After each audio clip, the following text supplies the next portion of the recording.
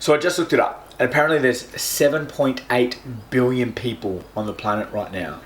7.8 billion. When you think about that number, and you think about who you are in that 7.8 billion, if I'm honest, it can actually seem overwhelming. If I think about that, of the 7.8 billion people, how many would actually know your name? What, 100, 1,000? And even when you think about that, you look at how our world has shrunk over this year. I mean, at the start of this year, I would say the world was a very small place, and that you could travel anywhere, you could go anywhere, you could do anything.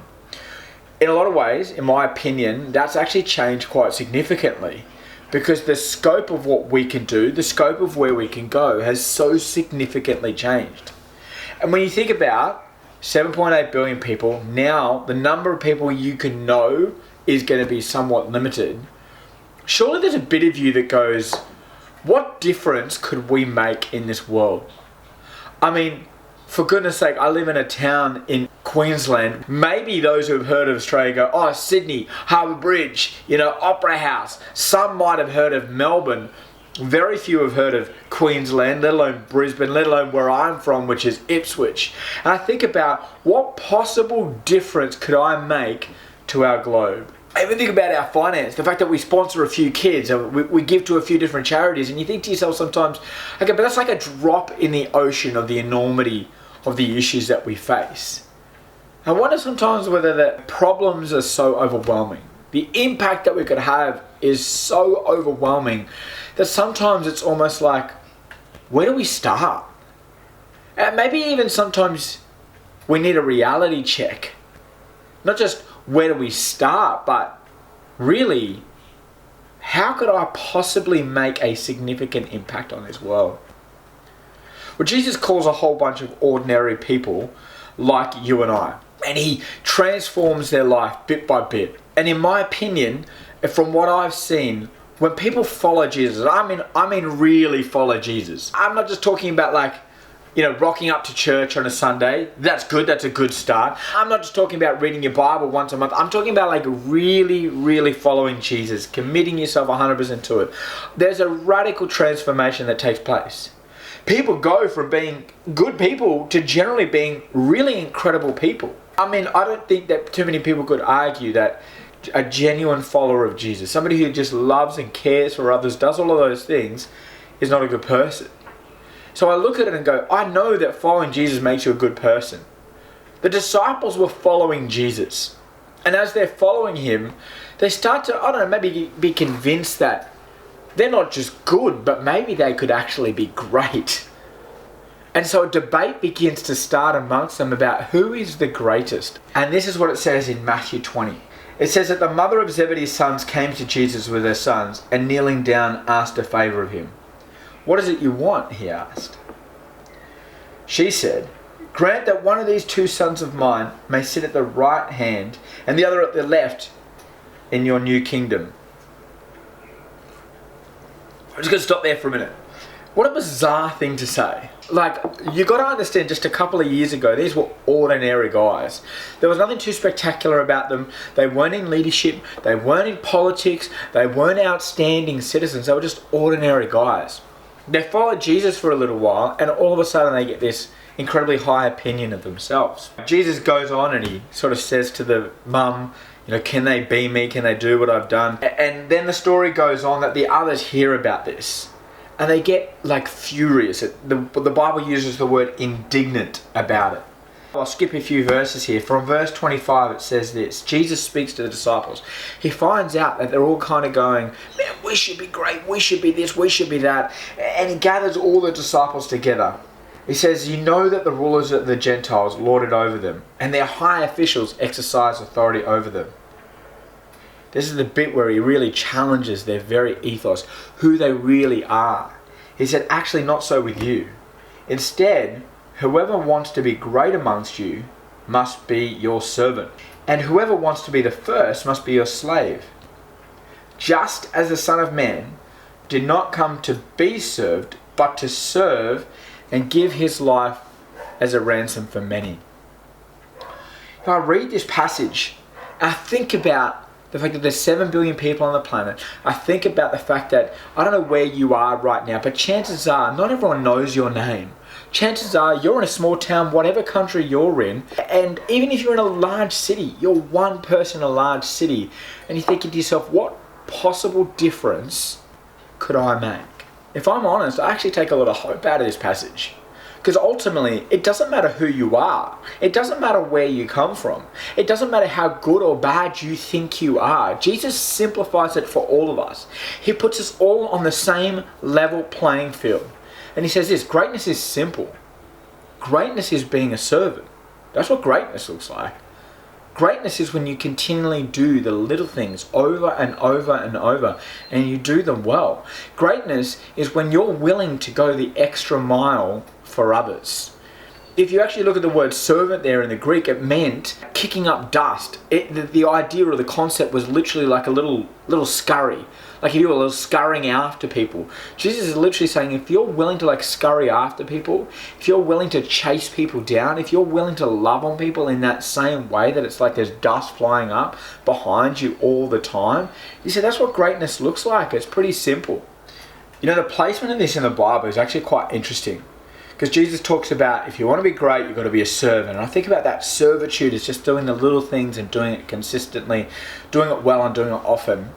A few chapters earlier, Jesus says, if you have faith the size of a mustard seed, you can move mountains. A few days ago, somebody drops off this random gift basket to our family. Lisa and I are just like overwhelmed because it's just filled with all these really cool goodies and blessings. And we're just like, man, this is amazing. Truly blessed us. One of the things that was in it though was just these. They're just seeds, right? It says here that this contains 100 seeds. Really, it actually should say that this contains possibly 100 cabbages. But if I don't do anything with it, it's just a packet sitting on the bench. It doesn't mean anything. But when I plant it, it has potential to not only produce life and produce, well, not really fruit, but you know what I mean, to produce fruit, but it has the potential to feed us. It has the potential to impact our lives. Sometimes we're like a small seed in this world. 7.8 billion people on the planet. It's a lot of people. You're like a small cabbage seed in this planet. You're like a small fruit seed in this planet. And sometimes it seems like, what difference could we make? But Jesus got it.